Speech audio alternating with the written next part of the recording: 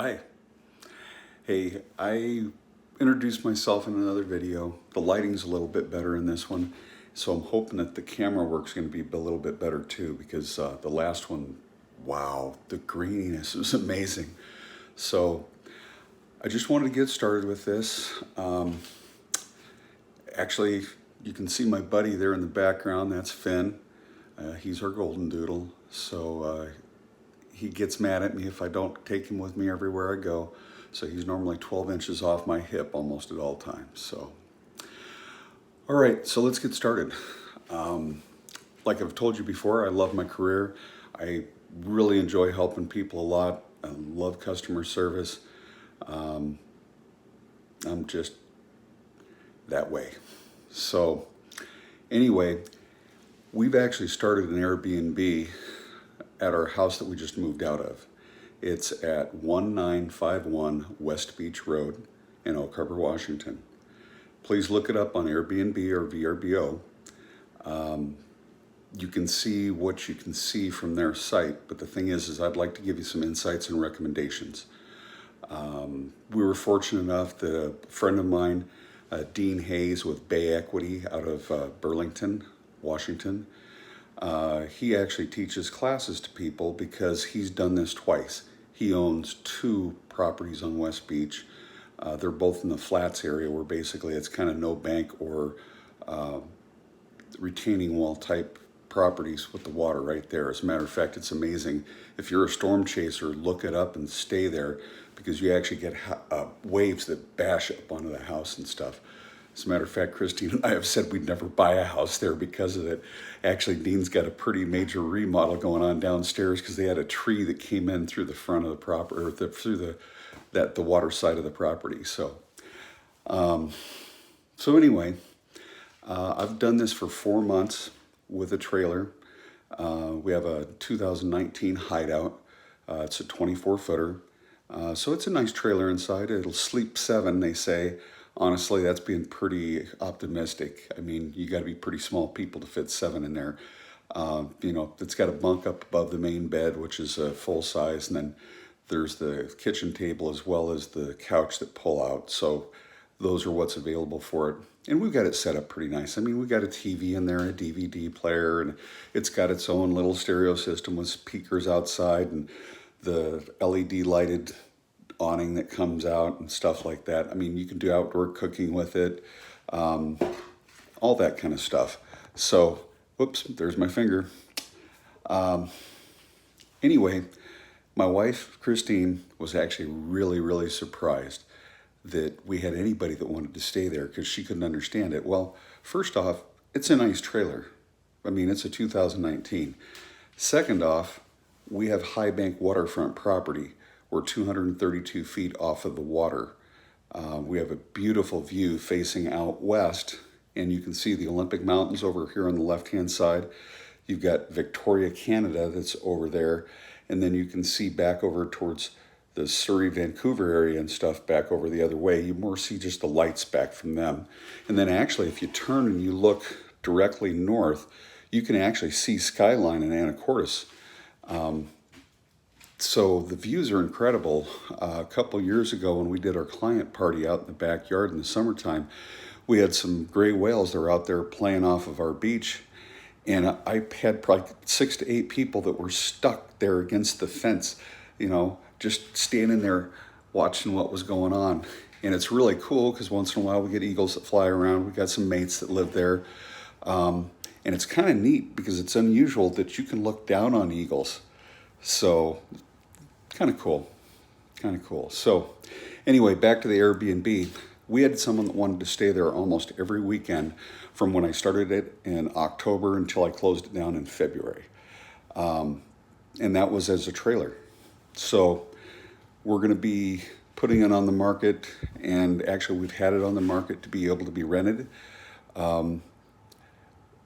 So far we have probably 7/8 of our house payment that's been paid for the whole year. And that's been in about 36 days of having it on Airbnb and VRBO. The response has been incredible. Doesn't hurt to have a destination property, and actually that just for if you want to have Airbnb type properties, that is one definite thing that I would recommend. Make sure that you're making it a destination property when you do the purchase. You can do other ones, but the thing is the profit potential is so much higher when you have a property like that.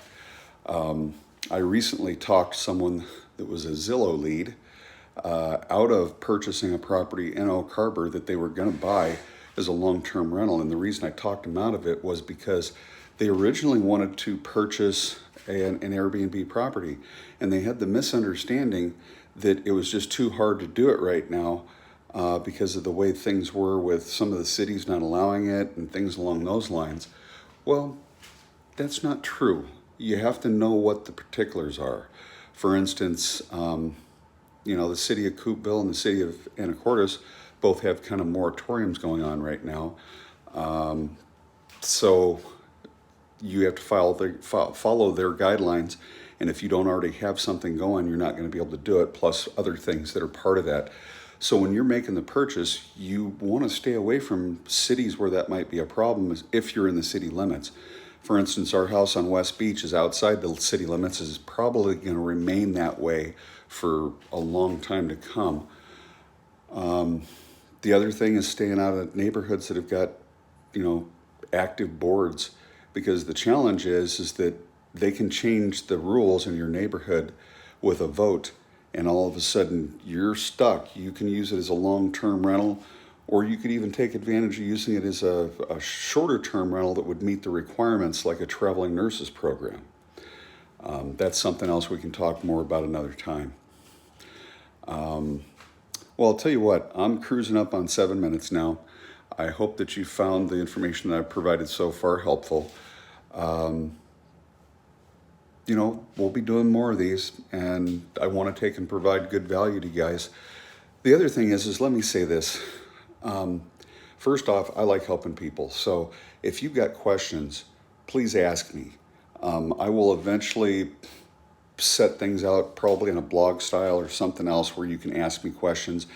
If it starts to get too busy with questions, I'm sorry, until I can hire someone to help me manage things, I'm probably not going to be able to get to all the questions.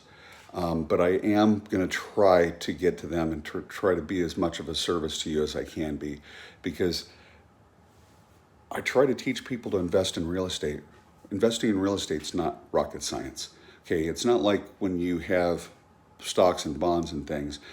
If the market's moving around, you better be watching it pretty close, because I guarantee you the guy that's managing your funds, like the guy that managed our funds, isn't going to move them as fast as he moves his own. And like, for instance, last year, we basically didn't get any return on our money and our investments because he was doing other things that were more important to him.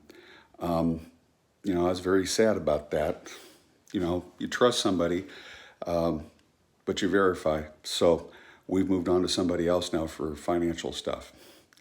But anyways, first, residential real estate, as long as you're not trying to do fix and flips, and if you're trying to do fix and flips, okay, contrary to what these people try to teach you on these reality shows and stuff, fix and flips, you better be getting a 35 to a 40% deep discount on that property when you get it, because otherwise trying to make that into a profitable thing is next to impossible, especially depending on what the economy is doing and the price of materials and all the rest of that follows into it, plus hiring contractors.